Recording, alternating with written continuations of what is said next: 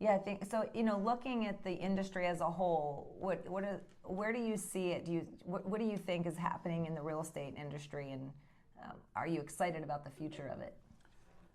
I'm I'm very excited about the future of it. I think there's some major shifts happening, but sometimes those types of words scare people, but this is what happens as life progresses. Every industry eventually has a major shift and it evolves, and it's nothing to fear. But as the world kind of becomes more connected and things start to change, the real estate market expands in that way too. Yeah. And the economy has gone through some ups and downs, and that's affected it. But overall, now I'm really optimistic about where it's going. Yeah. Yeah, I feel the same way. I believe that things have to settle in, so we go through adjustment times. But at the end of the day, Doug Duncan, the chief economist of Fannie Mae, he always says, people create the market, because it's the people. Where are they going to live? What are they going to buy? Investors want to invest into real estate because it's a great opportunity to make money over a long period of time, and even over short periods of time. There's just so much opportunity in it, and it's a part of the basic need of a human being. We all need a place to live, so whether you're renting it or buying it, it's just such a huge part of everyone's life. And when our housing is taken care of, one of the reasons I love being in this industry is because I truly believe that when housing is settled and people have a place to be settled, they thrive. I read it when I had my first child. There was a book called Baby Wise. And the very first chapter of that book said the most important thing, this was just about how to get a baby to sleep and eat, really. But the first chapter was that when a child is growing up in a home, that they're not worried about their home, they thrive. But if they're worried about if their home is okay, they have a hard time thriving.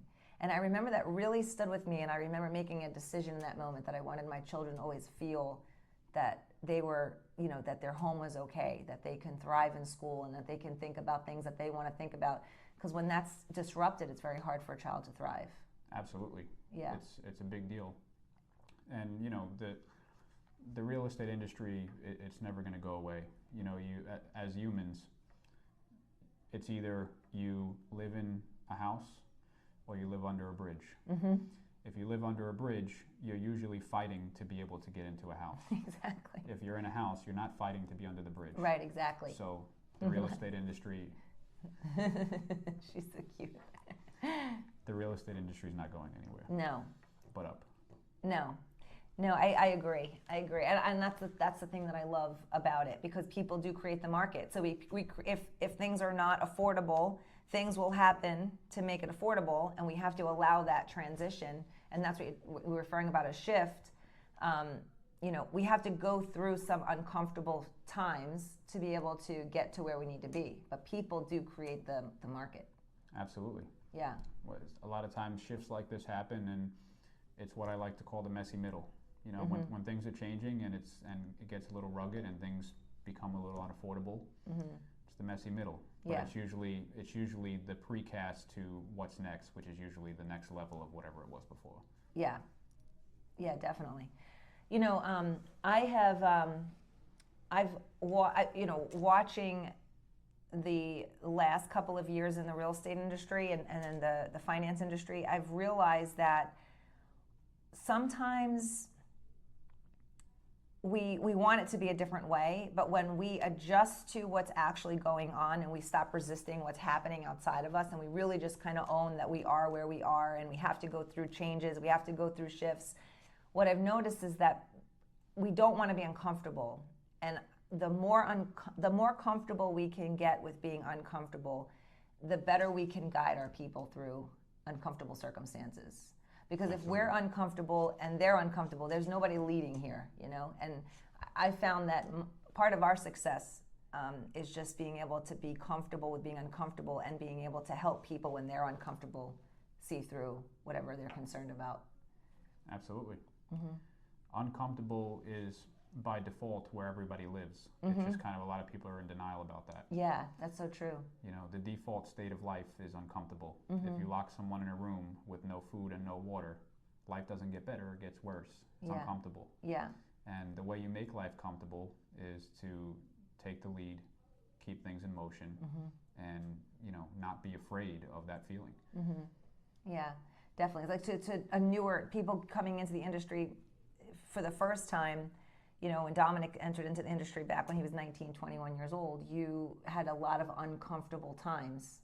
Oh, yeah. Right? You had to deal with the fact that you were selling to people of all ages and coming into the business brand new. But so what do you think, were there people that came into your life that kind of helped you, or obviously you had the drive to want to be there, but what are some of the things that you had to do, or who are the people that you needed to associate with to be successful? Well, the list is long.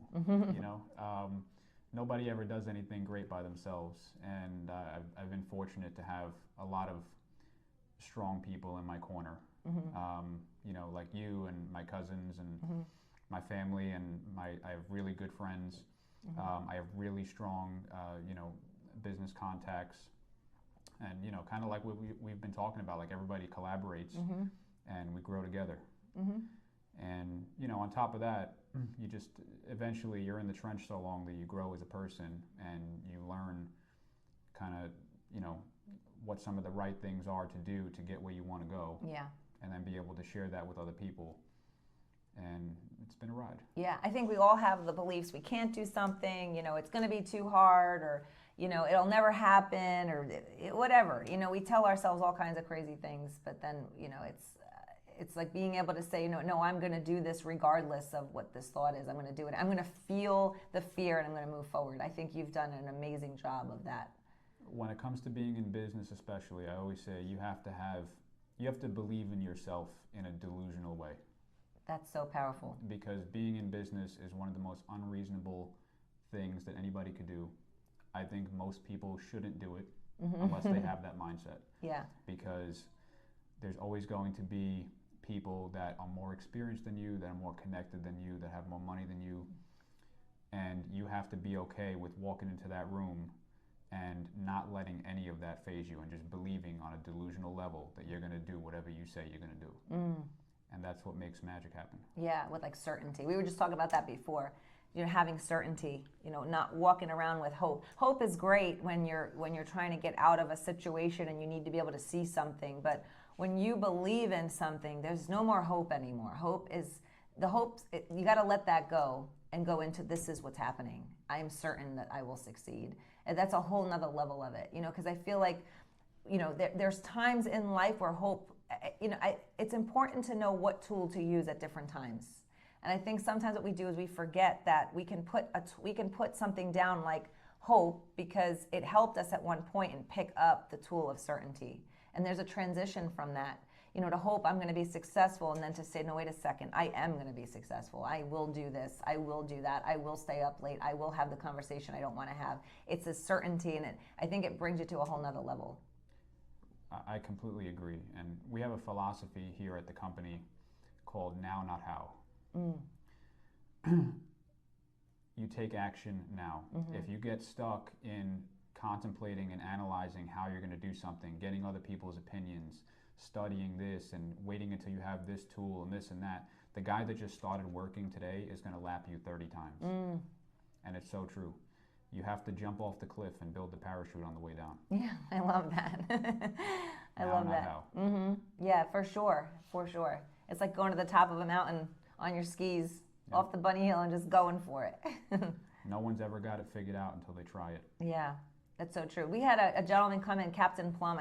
He was a prisoner of war, and he said that every day you got to pack your parachute, because he said that you pack other people's parachute, but you just know that you're gonna go in the plane, and you may have to jump out of the plane, but you got your parachute. Yeah. You've got your will, you've got your desire, you've got your knowledge, you've got the people that believe in you, you've got the belief in yourself. Just pack your parachute every day. So when you have to jump out of the plane, you're good to go. 100%. Because you don't know when that's going to happen. You just got to keep your parachute packed up. You got to be willing to execute. That's so powerful. Execution is everything. Yeah. So